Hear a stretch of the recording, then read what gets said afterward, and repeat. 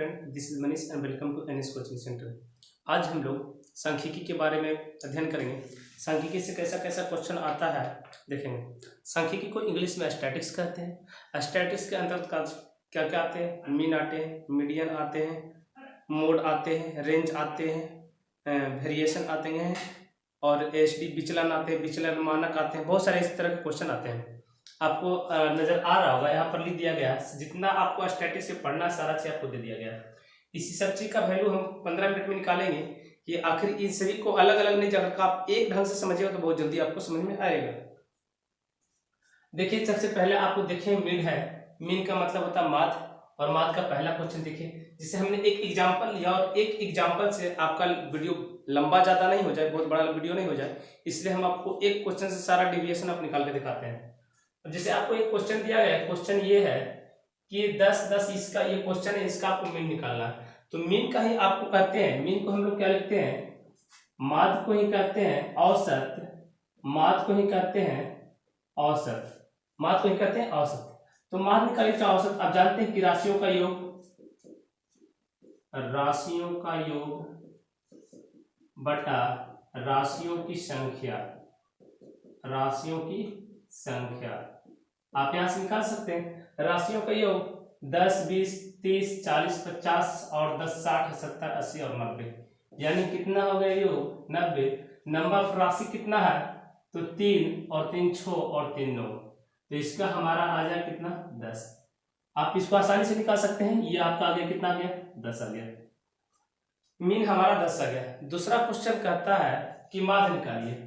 माध्य निकालने का एक बेहतर तरीका यह है कि सबसे पहले आपको जो दिया गया है संख्या है, संख्या को इन द इंक्रीजिंग ऑर्डर या डिक्रीजिंग ऑर्डर में आप पहले इसको सजाइए। तो हमने इसी सजाने का प्रयास किया। इंक्रीजिंग ऑर्डर में 9 है, 9 है, 99 है, 10 है, 10 है, 10 है, कितना है? 2 2 4 और 1 5, 3 और 4 और 5। इसके बाद क्या है? 11 है, 1 11 है, 2 11। आप इस क्वेश्चन को पूरा नजर आ रहा है? हाँ, नजर आ रहा है। 11 11 बिल्कुल सही। आप इसको माध्य निकालिएगा तो माध्य निकालने में क्या होगा? जो बीच वाला टर्म होगा वही हमारा माध्यिका होगा, सॉरी माध्यिका होगा। हमने किया है 4 2 और 2 4, 2 और 2 4, बीच में क्या आ गया? 10 आ गया। यानी हमारा माध्यिका कितना हो गया? तो हमारा माध्यिका कितना हो गया? 10 हो गया।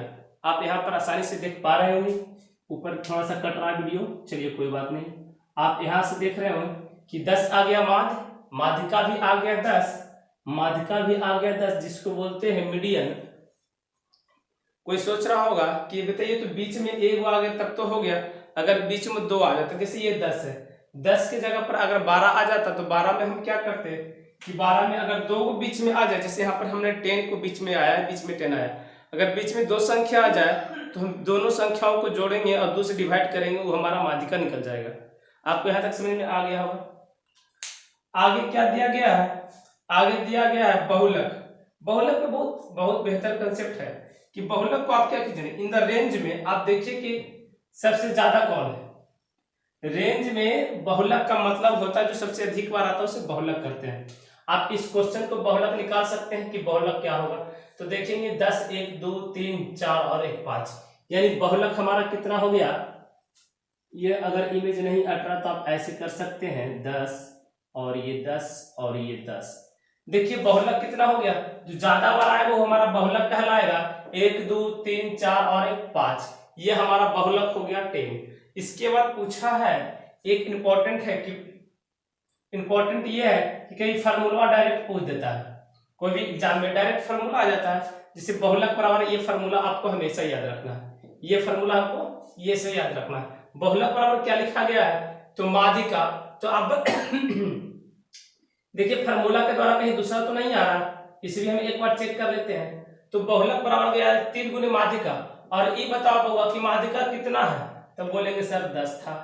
और माध्य कितना है? तो 2 into माध्य, तो माध्य भी 10 था। तो बताओ कितना हो गया? तो 3 - 20 और बराबर 10। बहुलक 10 आया कि नहीं? बहुलक 10 आ गया। तो आपको कभी कभी क्या करता है, डायरेक्ट फार्मूला से पूछ देता है, तो आप फार्मूला से पूछे चाहे जैसे भी पूछे, आपको इजी वे में निकालने आना चाहिए। बहुलक का हो गया। फार्मूला तब तक फार्मूला बहुत इंपॉर्टेंट फार्मूला का आपको याद रखना है। नेक्स्ट आते हैं रेंज। रेंज को कहते हैं परिसर भी कहते हैं। रेंज का मतलब हिंदी होता है परिसर। रेंज में क्या होता है आप देखिए, रेंज को निकालने के लिए आप देखिए कि मैक्सिमम कितना है, मिनिमम कितना, नहीं बोलते रेंज कितना है, तो बोलेंगे कहां से स्टार्ट हुआ था कहां तक अंतिम हुआ, दोनों का जो डिफरेंस होगा हमारा क्या कहलाएगा, परिसर कहलाएगा, रेंज कहलाएगा।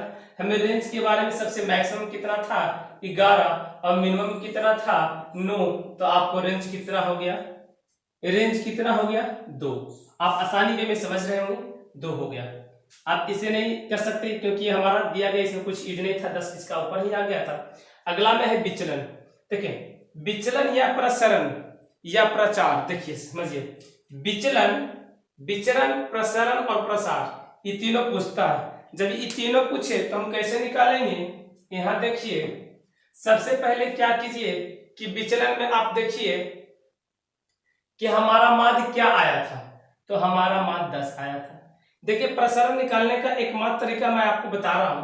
प्रसरण निकालने का आप यहां लिख सकते विचरण, विचरण या प्रसरण, ठीक है, विचरण दिए तो विचरण निकालने के लिए कहेगा तो इसमें देखना डिस्टेंस कितना है, तो 0 और 0 का स्क्वायर, तो 0 का स्क्वायर 0 होता है। इसका डिस्टेंस कितना है, तो इसका डिस्टेंस कितना है 10, इसका कितना है, सॉरी 10 नहीं 0 होगा, इसका डिस्टेंस कितना है 1 और इसका डिस्टेंस कितना है 0 और इसका डिस्टेंस देखिए तो 0 और इसका डिस्टेंस देखिएगा 1 और इसका डिस्टेंस देखिएगा 0 और इसका डिस्टेंस देखिएगा 1 और इसका डिस्टेंस देखिएगा 1।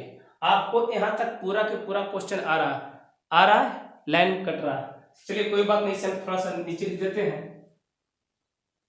विचलन पूछा था, विचलन हमने क्या बोला कि माध्य को लेना है और माध्य से हमें डिस्टेंस देखना है और डिस्टेंस का स्क्वायर कर देना है, माइनस में हो चाहे प्लस में रहो। और बताओ माइनस में रहेगा उसे भी तो हम स्क्वायर करेंगे तो उसे माइनस ही पाएंगे।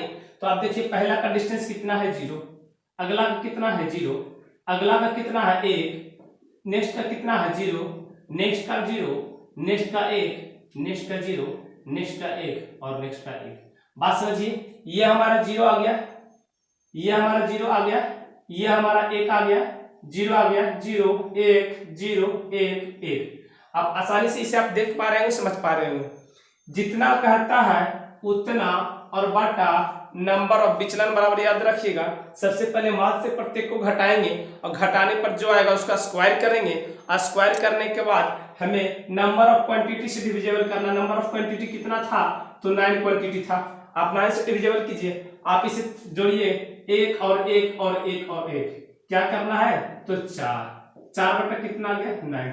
आप आसानी में निकाल सकते हो कि 4 बटा 9 होता है।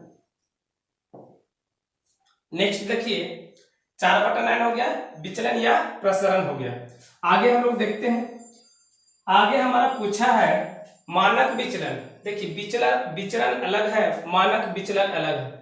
विचरण होता है, विचलन होता है, दोनों में याद रखिए। प्रसरण ऊपर वाला कहते हैं या प्रसार करते हैं। आगे का है मानक विचलन क्या होगा या विचलन क्या होगा, तो आपको एक फार्मूला याद रहना चाहिए कि विचलन बराबर होता है, आप आसानी वे में समझ रहे होंगे। एक ही वीडियो में हमने बताने का प्रयास किया, इसलिए नंबर ऑफ क्वेश्चन को ज्यादा नहीं वेरिएबल किया, एक ही क्वेश्चन से सॉल्यूशन को देखने का, समझने का, थ्योरी को समझने का प्रयास किए हैं। अब ये बताइए नेक्स्ट क्वेश्चन है मानक विचलन। मानक विचलन, मानक विचलन बराबर आप हमेशा याद रखिएगा अंडर रूट प्रसरण, अंडर रूट प्रसरण। अब देखिए अंडर रूट प्रसरण कीजिएगा तो आप बताइए कि प्रसरण में आपका मान कितना आ गया था, तो अंडर रूट 4/9। 4/9 अगर आप वैल्यू निकालिएगा तो 2/3 आएगा और मोड लगा हुआ है, इसका मतलब है कि ऑलवेज प्लस में आएगा। तो प्रसरण को हमेशा याद रखिए कितना आएगा 2/3, 2/3 आएगा। यहां तक आप समझ पा रहे हो। नेक्स्ट है विचलन गुणांक। ये विचलन गुणांक क्या है जिसे हम समझते हैं। विचलन प्रसरण, ये विचलन प्रसरण अलग है या मानक विचलन अलग है। मानक विचलन वाला फॉर्मूला आप याद रखिएगा, अंडर रूट प्रसरण का मोड होता है। प्रसरण हमने निकाल दिया था कितना, तो 4/9 निकाला था, 4/9 निकाला था तो 2/3 आ गया। इसके बाद विचलन गुणांक है। विचलन गुणांक को सबसे अच्छा निकालने का तरीका, एक फार्मूला याद रखिएगा, जो फार्मूला आपके सामने है। फार्मूला इस प्रकार है कि विचलन गुणांक बराबर होता है एसडी, एसडी का मतलब मानक विचलन, और बट्टा माध्य और गुणित मानक विचलन बट्टा माध्य और इनटू 100। एसडी का मतलब उसी को रिप्रेजेंट करते हैं स्टैंडर्ड ऑफ डिविएशन या स्टैंडर्ड डिविएशन लिखा रहता है विचलन, ठीक है। अब बताओ बउआ कि मानक विचलन के मान कितना आ गया है, तो आप देखो मानक विचलन का मान कितना है, तो 2/3 है, 2/3 है, इनटू माध्य, तो माध्य आप देख रहे हो ऊपर 10 आया है, और नेक्स्ट हमारा क्या है, ऊपर 100 से मल्टीपल करना था और एक शून्य से एक शून्य कट गया।